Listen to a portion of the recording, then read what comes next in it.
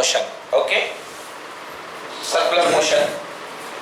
When a body moves such that it always remains at a fixed distance from a fixed point, then the motion is said to be circular motion. The fixed distance is called the radius and the radius of the circular path, and the fixed point is called the center of the circular path. अगर कोई body ऐसे move करती है कि इसके fix point से दूरी हमेशा कांस्टेंट बनी रहे, दूरी हमेशा सेम बनी रहे, तो वो बॉडी ऑटोमेटिकली किस पाथ में मूव करेगी? सर्कल में मूव करेगी. Okay, then the motion of the body is called circular motion. Okay, now uniform circular motion. अगर एक बॉडी फिक्स स्पीड के साथ यहाँ पर मोशन कर रही है, फिक्स स्पीड के साथ, बिल्कुल फिक्स स्पीड है, then its motion is called uniform circular motion. मतलब यहाँ पर इसकी डायरेक्शन होगी v1 वेलोसिटी की, यहाँ पर इसकी डायरेक्शन होगी v2 वेलोसिटी की. मैंने दोनों यहाँ v1 और v2 लिखे हैं क्योंकि डायरेक्शन वाइज ये दोनों अलग हैं, but magnitude wise v1 equal to कितना? v2. मैग्नीट्यूड वाइज रफ्तार के हिसाब से दोनों क्या है? सेम. तो वेलोसिटी के मैग्नीट्यूड को क्या बोलते हैं? स्पीड. तो डायरेक्शन तो बदलेगी हर पॉइंट पर, क्योंकि डायरेक्शन कैसी होती है? टेंजेंशियल. कैसी होती है? टेंजेंशियल. इस पॉइंट पर यहाँ डायरेक्शन है, इस पॉइंट पर पार्टिकल टूटेगा तो यहाँ गिरेगा, इस पॉइंट पर पार्टिकल यहाँ गिरेगा, इस पॉइंट पर पार्टिकल यहाँ गिरेगा, इस पॉइंट पर पार्टिकल यहाँ जाएगा.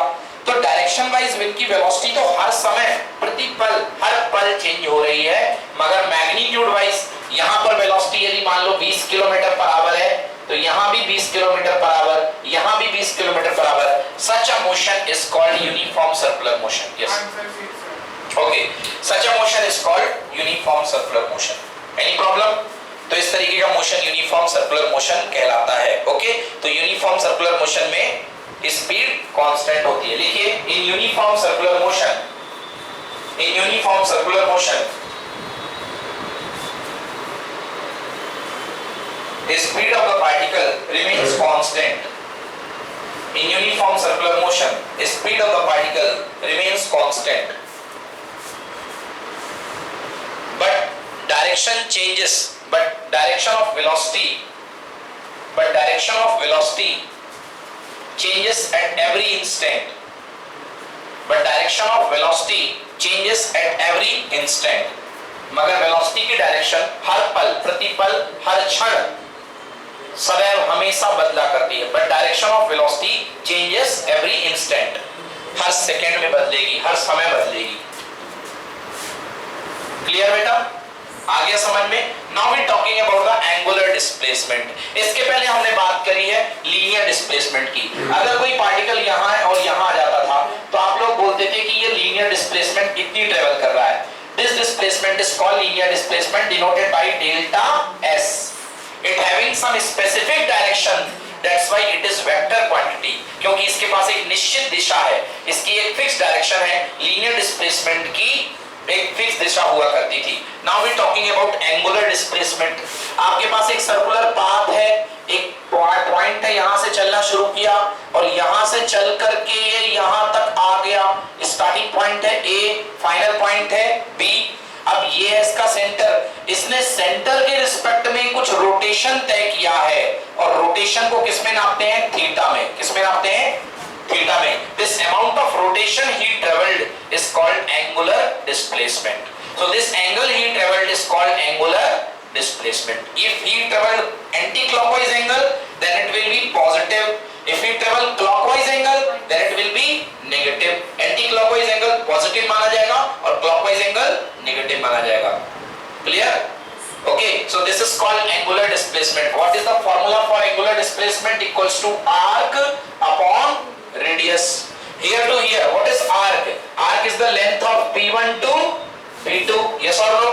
बचपन में हम लोग पढ़ा करते थे, लिखते थे arc P1 P2, फिर इसको ऐसे लिख दिया करते थे P1 P2 के ऊपर ये लगा देते थे. This is denoted as arc. Arc upon radius. Okay. Suppose this length of this arc is S. So your formula theta is equal to S by R is the formula for angular displacement. Its SI unit is radian. SI unit is radian. This is angular displacement. Is it clear? ये हो गया angular displacement. Then next. Okay, now angular velocity, आप सीधी रास्ता तय करते हो तो उसका कोई ना कोई रफ्तार होता है, टाइम रेट। आप कोई भी डिस्प्लेसमेंट ट्रेवल करते हो, when you travelling this displacement, suppose yes this is the displacement, अगर इस डिस्प्लेसमेंट को आप टाइम टी में ट्रेवल करते हो तो मैं बोलूंगा क्यों, किस रफ्तार से आए हो, किस वेलोसिटी से आप आए हो, तो बोलोगे मैंने ट्रेवल किया डेल्टा एस, कितने टाइम में ट्रेवल किया, delta T. This thing is called velocity. Velocity is equals to what? Rate of change of displacement. But in circular motion, you travel one more quantity, that is called angle. That is called angle. Suppose if you started from here and goes to here, if you travel a total angle of suppose delta theta, delta theta in time delta t, time is taken delta t. तो delta T time में कितना angle travel करते हो, delta theta. Unit time में कितना travel करोगे, delta theta divided by delta T. This is your angular velocity. Angular velocity, angular average velocity is called total angular displacement upon total time, that is equal to delta theta upon delta T. Likewise, so simple, हमने पढ़ रखा है what is average velocity, average velocity is equal to net displacement upon net time. Likewise what is omega average, omega average equal to net angular displacement upon net time. So simple, clear? Okay, so once again I am reading, what is angular velocity? Rate of change of angular displacement of a body with respect to time is known as the angular displacement. It is represented by omega. Angular velocity, average angular velocity, it is defined as the ratio of the total angular displacement to total time taken. Omega average equals to total angular displacement upon total time. Omega average equals to delta theta upon delta t. Clear? Clear, not clear?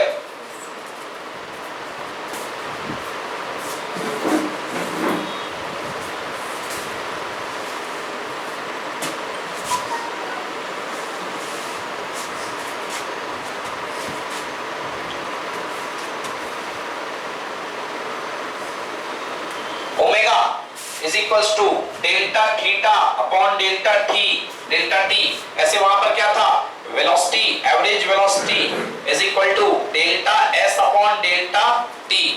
ऐसे यहाँ पर omega average आ गया। निशा, omega average velocity से instantaneous velocity में बदलने के लिए क्या करते थे, हाँ, लिमिट लगाते थे। क्या करते थे, limit delta t tends to 0, time को बहुत छोटा कर देते हो, that time you will approach to instant, एक पल पे पहुंच जाओगे तो तुरंत की velocity, that is called instantaneous velocity, is the limiting case of this is v instantaneous is equal to ds by dt।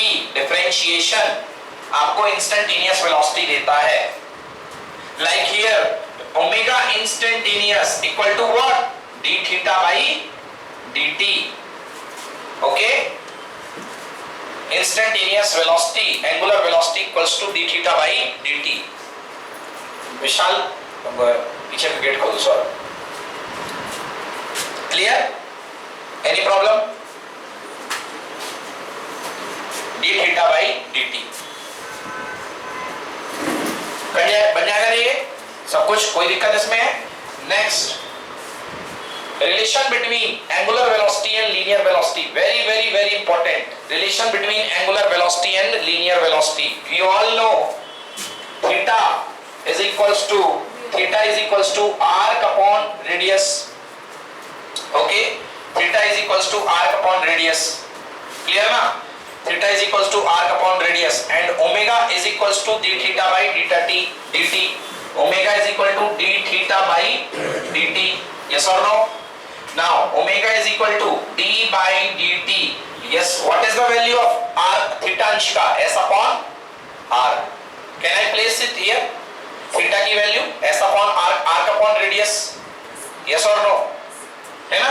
so you can place it here s by r, s by r। now r is constant, radius नहीं बदलती है, radius नहीं बदलती, केवल arc बदलता है। okay, this is what d by dt of s 1 upon r d by dt of s, this is omega। omega is equal to 1 by r। Yes बोलिए निशा, ds by dt को क्या बोलते हैं? v, this is velocity, so omega is equals to v upon r, formula v equals to r omega, v equals to r omega, very important formula, note।